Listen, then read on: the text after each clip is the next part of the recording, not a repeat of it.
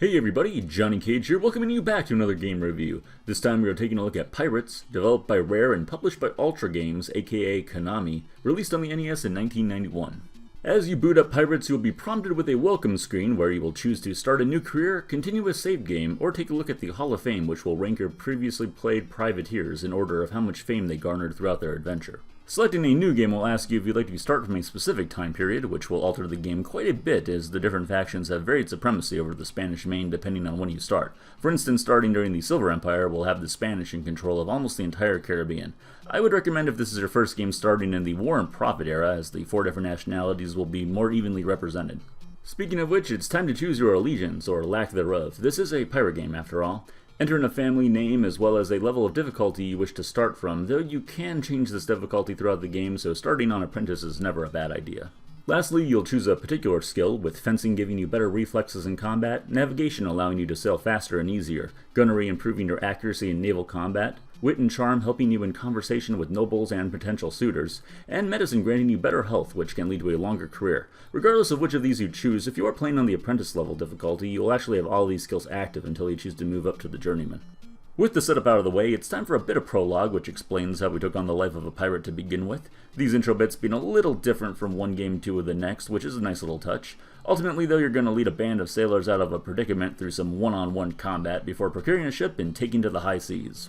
You will begin the game properly in a town of your nationality that you chose from the beginning, with the governor here giving you a rundown of the state of things, as well as your current allies and enemies, charging you with your first and only real goal of the game, which is hunting down enemy ships and attacking their towns. While in town, you'll have a handful of options available outside of meeting with the governor. You could go to the tavern, where you can catch up on the latest news, as well as pick up rowdy groups of men to supplement your crew if you have more ships than personnel.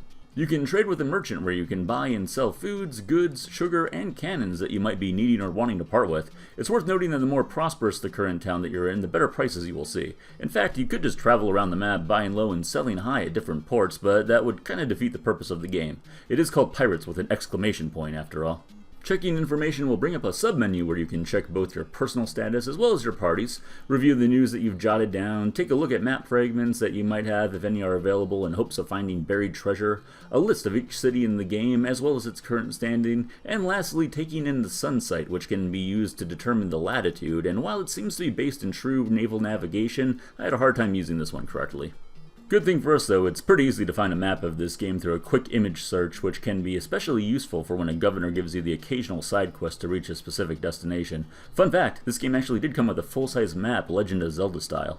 The final town option, Divide Up the Plunder, essentially ends the game, with each member of the crew getting a portion of gold and the player getting a set percentage. From here you can either plan another expedition, which will give you a soft restart, still retaining your status with the different countries. You can increase the difficulty, which will also give you the same soft restart, or retire from privateering, which will give you an epilogue of how the rest of your life turned out, and an occupation you took up after your days on the high seas relative to your pirate points. Speaking of the high seas, it's about time we got to that part of the game. There is plenty to explore here with the wind guiding our way, which can get a little frustrating if it's blowing in the direction opposite of the way you want to go, but lucky for us it does change up fairly often.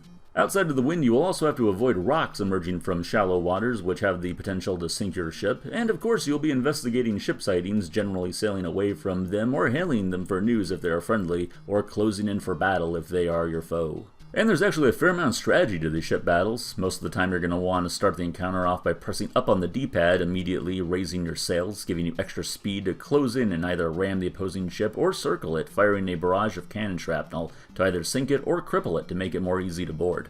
If you opt for a boarding option, you will engage the enemy ship's captain in combat, choosing between one of 3 different blades, each with different lengths and attack rates. From there, the combat resembles a rock, paper, scissors game with a high, medium, and low attack, as well as a weak and hard strike. There's also a parry available if you want to be a bit more tactical.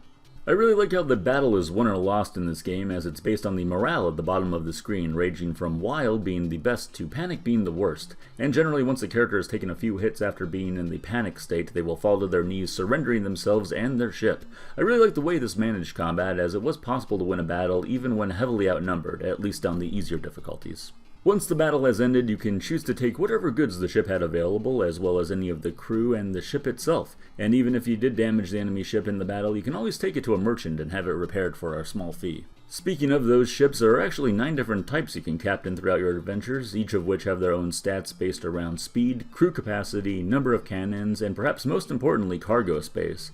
I usually found myself using one of these smaller ships to engage the enemy as it had much more maneuverability than the larger ones, while having a convoy of merchant ships and frigates to hold my spoils.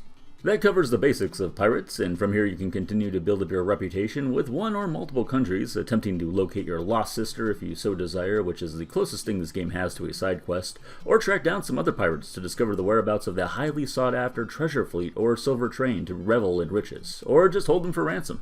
Perhaps you consider yourself something of a ladies' man and can spend your days reciting your heroic deeds in conversation with some of the Spanish Main's finest dames, hoping to have someone to spend the rest of your days with after you settle down. And if things happen to go south for you before you're ready to call it a life, no big worry there, as you will just wash up on shore somewhere with a few months passing by before you're able to jump back into the game. Though if your character is getting a bit long in the tooth at this point, it may well spell the end for you. The controls of the game are simple enough, as a good amount of the time you're just navigating menus, though it is worth mentioning that the boats move with tank controls, and left and right will always be determined by the way the head of the ship is facing. The graphics for a 1991 NES game are pretty weak overall. The still images at least do offer a fair amount of detail to them, but anything animated is a bit lacking compared to the other NES games at the time. And while the visuals aren't anything amazing, the audio here is just a complete mess in my opinion. You do get nice little melodies on the title screen and some other minor instances, but the biggest issue is when you're out on the open sea and have to deal with the wind effect, which sounds a lot more like TV static. And man, is it just painful to listen to after a while. You're better off putting on some sort of pirate-related soundtrack. I personally prefer to go with Muppet Treasure Island. A loose cart of pirates will set you back about $30 American on eBay, though one important bit of info I've left out about this game is that despite his name not being listed anywhere that I could find, this is a port of Sid Meier's Pirates, which came out on PC in 1987, and if you'd like to pick that up, you can find a remastered version of it on Steam for only $10. This game is definitely one of my hidden gems for the NES, despite its shortcomings in the visual and audio departments. I also wish you could discover a bit more just by hoofing it around on land, though unless you are looking for the previously mentioned buried treasure, I haven't found much of a reason to set foot there. This game is definitely best enjoyed on a long night in, perhaps with a bottle of rum, and the understanding that the experience is much more about the journey than the destination. And if you even want to get a decent rating when it is all said and done, you're likely going to be putting in at least a dozen hours into a single character. But if you're a fan of long-term strategy games and perhaps have played Civilization to death, this is certainly going to be a worthwhile experience. And if you need more detailed info on anything specific, you can find a PDF of the original game's manual online. Everything taken into account, I'm going to give Pirates a swashbuckling 8.5 out of 10. It could use a little bit more content, but what it does offer in the gameplay and strategy is solid, and while I don't play this one all that regularly, when I do I find myself having a hard time putting it down. Thank you everyone for watching, and if you'd like to stay posted on new game reviews as I upload them, please click the subscribe button, as well as checking out the link in the description below for my Twitch channel where I stream most evenings. I'll talk to you all later on.